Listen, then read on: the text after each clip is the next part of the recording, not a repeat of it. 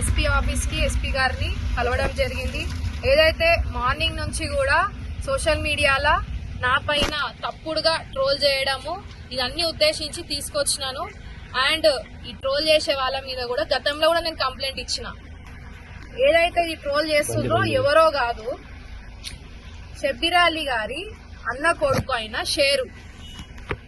మరి వీళ్ళు ఏమని ట్రోల్ చేస్తుర్రు, వీళ్ళకి పదవులు ఎట్లా వస్తున్నాయి ఏంది అని వల్గర్ లాంగ్వేజ్. ఇప్పుడు నేను చెప్పడానికి కూడా నాకు అంత చండాలమైన వర్డ్స్ ట్రోల్ చేయడం ఇది ఎంతవరకు కరెక్ట్ అని చెప్పి సందర్భంగా తెలియజేస్తూ, పొద్దున్నే మరి ఈ యొక్క విషయం తెలియగానే మొత్తం కామారెడ్డిలో ఉన్న మహిళలు నాకు సపోర్టివ్ గా మా ఇంటికి వచ్చి ఈ ట్రోల్ ని చూసి, అలాగే మా తోటి కౌన్సిలర్స్, ఎక్స్ కౌన్సిలర్స్, యువ నాయకులు ప్రతి ఒక్కరు కూడా ఈరోజు ఎస్సీ సెల్ సెక్రటరీ అన్న మమత అందరం కూడా ఇక్కడ విచ్చేసి మరి ఒక కంప్లైంట్ ని ఇవ్వడం జరిగింది.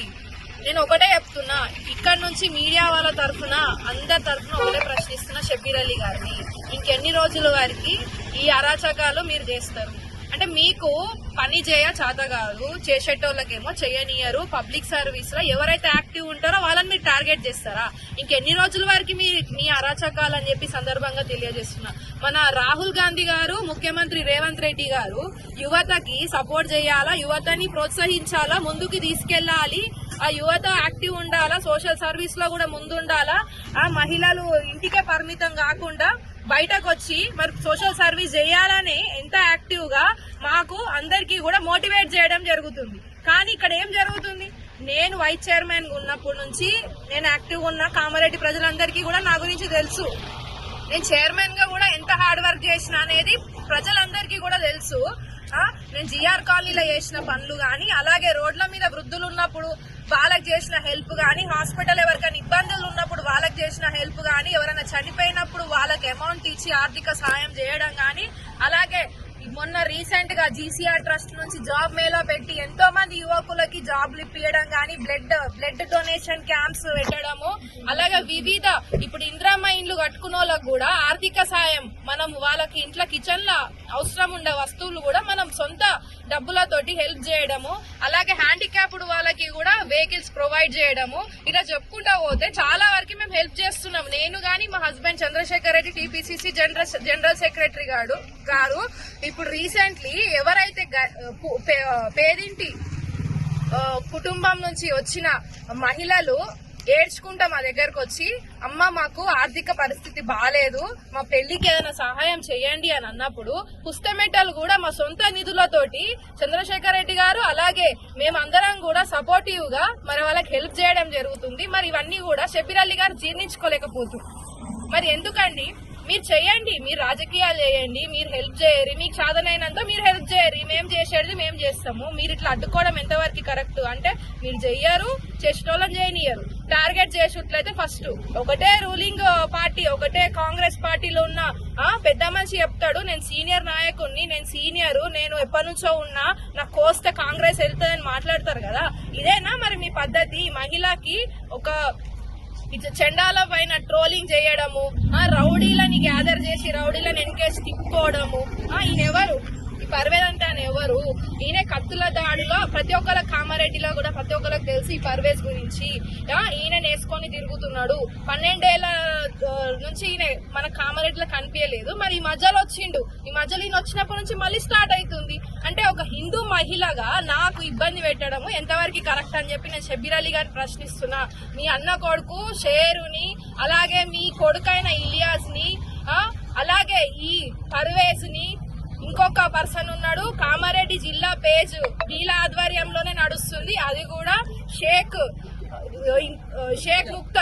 షేక్ ముక్తార్ అనే క్యాండిడేట్ ఇక్కడ ఉండడు, ఎక్కడనో దుబాయ్ లోనో మస్కట్ లోనో ఉంటాడు. అక్కడి నుంచి ఇక్కడికి పెట్టియడం అంటే ఎంత స్మార్ట్ వర్క్ వాళ్ళ చూసిరా. అక్కడి నుంచి మొత్తం కంప్లీట్ గా డీటెయిల్స్ గా మనం ఏదైనా హార్డ్ వర్క్ చేయగానే దానికి ఆపోజిట్ గా పెట్టడము, ఎవరితోనైనా ఫోటో తీయగానే వీళ్ళు ఫోటో ఇళ్లతో దిగిరని ఇష్టంలో ట్రోల్ చేయడము. అంటే ఇంకా ఎన్ని రోజుల వరకు చూస్తామని అనుకుంటున్నారు మీరు? ఈ అరాచకాలన్నీ మానుకోవాలని చెప్పి సందర్భంగా తెలియజేస్తున్నాను. మీరు ఎన్ని రోజులు ఇట్లా చేసినా గానీ మేమైతే ఊకోము. ఈ రోజు పొద్దున ఒక పెద్ద మనిషి, సీనియర్ నాయకుడు అని చాట్ల రాజేష్, 20 years ఎక్స్పీరియన్స్ ఉన్న చాట్ల రాజేష్, నేను ఆయనకు బాబాయ్ అని పిలుస్తా. అయినా బాబాయ్ బాగా నేను రెస్పెక్ట్ ఇచ్చి ఎన్నో సార్లు రెస్పెక్ట్ ఇవ్వడం జరిగింది. బాబాయ్ నీకు నేను ప్రెస్ అందరు ముంగట ఒకటే చెప్తున్నా, బాబాయ్ నీకు ఇంతనైనా తెలివి ఉందా? మీ ఇంట్లో మరి అమ్మ ఉన్నది, కోడళ్ళు ఉన్నారు, బిడ్డలు ఉన్నారు, నీకు గుర్తుకు రాలేదా? మరి మీరు ఇది షేర్ చేసినప్పుడు గ్రూపులల్లా సరే ఎవరో పెట్టిరు అన్నప్పుడు మీరు ఎట్లా ఊకుంటారు? నేను కూడా మీ బిడ్డ వయసు దాన్నే కదా, మీరు ఎట్లా పెట్టిరు గ్రూపులల్లా? ఈ చాట్ల రాజేష్ బాబాయ్ని కూడా నేను ఇష్టపెట్టా. ఇప్పటికి నేను రెస్పెక్ట్ ఇస్తున్నా. ఎందుకు ఇస్తున్నా అంటే నాకు ఉంది, నాకు అభిమానం గానీ మీ మీద రెస్పెక్ట్ గానీ ఉంది. కానీ మీరు ఇలా చేయడం ఇంతవరకు కరెక్ట్ అని చెప్పి నేను తెలియజేస్తున్నాను. అలాగే కాంగ్రెస్ పార్టీని మొత్తం కూడా కామారెడ్డిలో నాశనం పట్టించేది కేవలం ఒకటే పెద్ద మనిషి, అది షబ్బీర్ అలీ అని చెప్పి ఖచ్చితంగా నేను సందర్భంగా తెలియజేస్తున్నా. అయినా నువ్వు షబ్బీర్ అలీ గారికి ఇప్పుడు ఒకటి వార్నింగ్ కూడా ఇస్తున్నా. నిన్న ఒకటి చెప్పిరు, మొత్తం సోషల్ మీడియాలో అన్నిట్లో కూడా వాయిస్ రికార్డింగ్ ప్రతి ఒక్క దాంట్లో ట్రోల్ అయింది. అలా ఏమొచ్చింది? అలా కూడా మీరు ఏం మాట్లాడిరు? మహేష్ కుమార్ గౌడ్ గురించి, పార్టీ గురించి అండ్ ముఖ్యంగా మహిళల గురించి మాట్లాడతారా? మీరు ఏమనుకుంటారు మీ గురించి? మేమైతే ఊకున్నదిలే చెప్తున్నామా ముఖ్యమంత్రి గారి గురించి, అలాగే మా పిసిసి మహేష్ కుమార్ గారి గురించి, పార్టీ గురించి మీరు మాట్లాడితే అది ఎంత పెద్ద సీనియర్ నాయకుడైనా, ఎంత పెద్ద మనిషి అయినా పార్టీని అన్నందుకు ఖచ్చితంగా ఆయనకి తగిన చర్యలు తీసుకోవాలి. ఇప్పుడు మీరు ప్రభుత్వ సలహాదారు పొజిషన్లు ఉన్నారు కదా, మరి ఏం సలహాలు ఇస్తున్నారు మీరు? ఇవేనా సలహాలు ఇచ్చేది మీ ఇంట్లో మనుషులకి, మీ ఇంట్లో కొడుకులకి?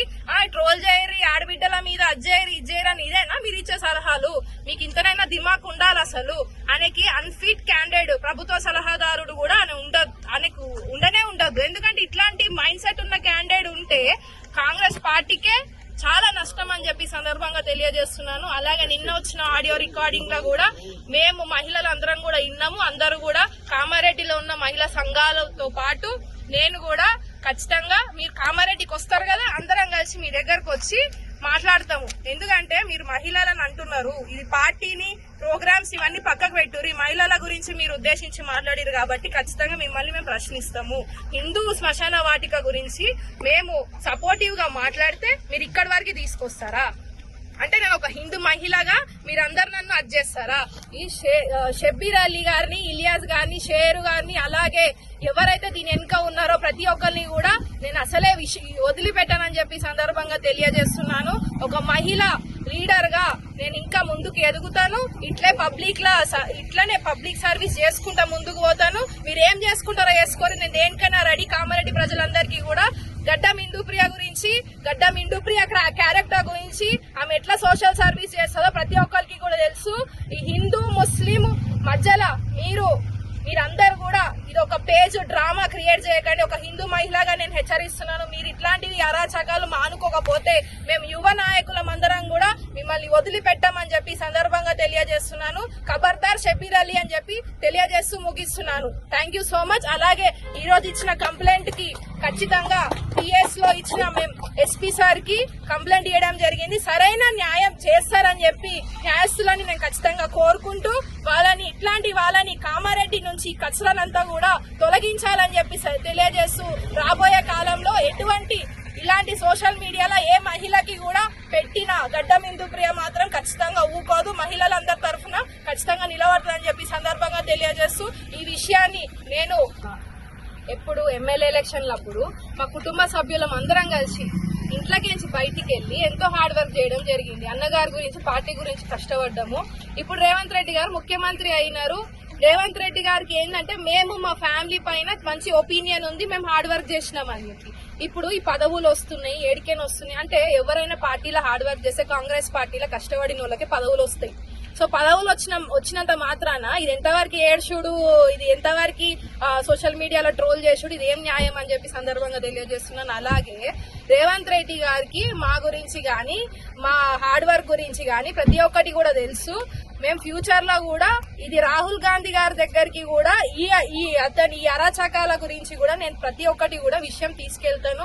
ఇది పర్సనల్ గా మీరేదో రాజకీయాలుగా ఎదుగుతారు, ఒక మహిళని కించపరిచితే నేను ముందుకు పోతా, ఈమెని బద్నాం చేస్తే నేను ఎదుగుతా అని షబ్బీర్ అలీ అనుకుంటారు కదా. మీరు ఎంత ఎదుగుతారో ఎదుగుర్రి, మేము చేసేది కూడా మేము చేస్తామని చెప్పి తెలియజేస్తాం.